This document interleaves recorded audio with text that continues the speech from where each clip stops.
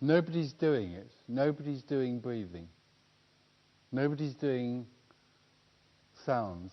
Sounds are simply happening. Hearing sounds are happening. The illusion is that you're hearing them. But there's someone here, sitting here on a seat, and that someone, that individual, is hearing sounds happening. All of it is simply being, aliveness. Aliveness is happening. And in that aliveness arises the idea that there is someone. The idea, I am a person, arises. That's absolutely perfect. It's fine. It's the game. It's not right or wrong. It's what happens. And when the individual arises, ownership happens. The idea, this is happening to me. I am the one that's breathing. I am the one that's hearing the sounds. I am the individual. I am the separate individual to whom life is happening. And in order to make me feel more comfortable, I need to control that life. I need to find pleasure and avoid pain. That's the game. It's perfect. It's absolutely fine. It's aliveness happening. It's being. It's being a pretend person. It's oneness being two, pretending to be two. It's the game. But in that separation, there's a sense of loss. There's a sense of something that isn't whole.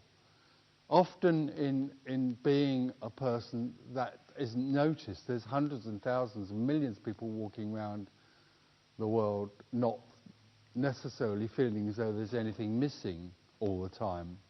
Many of them are enjoying themselves, and many of them aren't. But underneath all of that, there's a disquiet, a sense of something missing, a hole, like there's a hole. And in order to fill that hole, people do all sorts of things, like try to become rich, or be good in relationships, or become Christians or Buddhists, or become balanced people. Like therapy is about becoming a very balanced sort of person who's totally accepting of everything and has worked through their emotional blocks and all that stuff.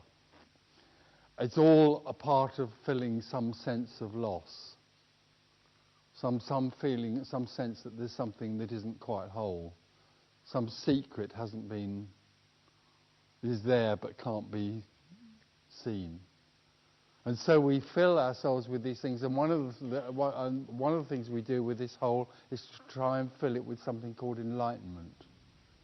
People hear about something called enlightenment or liberation, and they hear about somebody who teaches enlightenment, so they feel this is another way maybe this is the way that I can feel whole, because this sounds like the ultimate hole-filling activity. And so go to teachers, and all through our lives we've always believed as individuals that effort brings results. So we live in a world of personal endeavour, and we live in a world of anticipation. It's always going to be better tomorrow. And we go to people, teachers, and most apparent teachers and so-called masters teach us as individuals that in order for that, for wholeness to arrive or enlightenment to arrive, we need to become something, like become very still or drop the ego or whatever. It doesn't matter what it is. It's usually quite a long list of things. Meditate, all those things. And again, what's happening is that somewhere the sense of the person is being reinforced all the time. Always it's about me. Everything is about me. I have to become rich. I have to be good at my job. I have to be a good lover. I have to become enlightened. In a sense, right from the first moment of separation, that first I thought, which arises at a very young age, then from that moment onwards, seeking begins. From the moment of separation from the whole, there is a seeker. There is no one that doesn't seek all the time that there's a person. So seeking happens. And also at that moment, the I thought arises, the dreamer is created and built up through life. We become the dreamer in the dream called I am a person in the world. There is a world out there and I'm a person in it who has to negotiate with the world. So the function of that apparent person is to dream, only to dream. It's the dreamer. And we dream that we can become enlightened too. If I go to this master or that master, I can become an enlightened person. It's another part of the dream. Awakening is the realization that there is no one. Awakening is awakening from the dream that there is someone. When the dream, the idea of there being someone drops away, when the seeker is no more, that which is sought becomes apparent. It doesn't come down from anywhere, it's all there is. What we seek is all there is.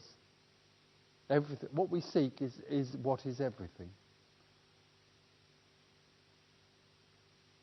What we seek is aliveness, what I call radical aliveness, which is aliveness without there being anybody in it that's alive. It's just aliveness. It's like you're sitting on a seat, breathing is happening, sitting on a seat is happening, hearing this voice is happening, hearing sounds is happening. This is aliveness, this is being. It never came and it never went away. There's always been aliveness. And you could get up and run out of this room as quickly as you could to get away from aliveness, and it would still be aliveness. You could resist everything, and people do resist what's being suggested here. And resisting aliveness is also aliveness. Avoiding aliveness, avoiding being this, is also being this. There's nothing which is not oneness, which is not aliveness. And in some way or other, the dreamer thinks they have to find aliveness, they have to find being, they have to find oneness or enlightenment. So they spend their time looking for enlightenment. That is also aliveness. There's nothing right or wrong with it. It's absolutely what it is. And then people hear or come to realize that what they're looking for, they can't find. There's a realization with some people that they can't find what they're looking for, and they don't even need to find it. And there's a dropping away of the idea that I am a separate person.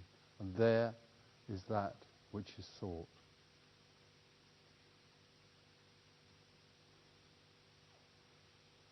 And that which is sought is being what is.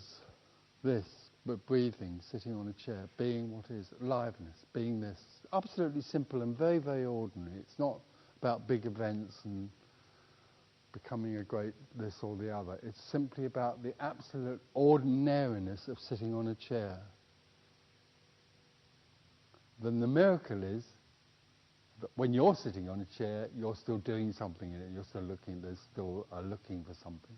You're not really sitting on the chair, you're waiting for the next moment. The miracle is when you are not, there is just sitting on a chair. And then wonder arises, childlike wonder of this. This is what we long for, the childlike wonder of this. The perfect lover. We meet the perfect lover who never left us. Never left us and never will leave us. The constant lover.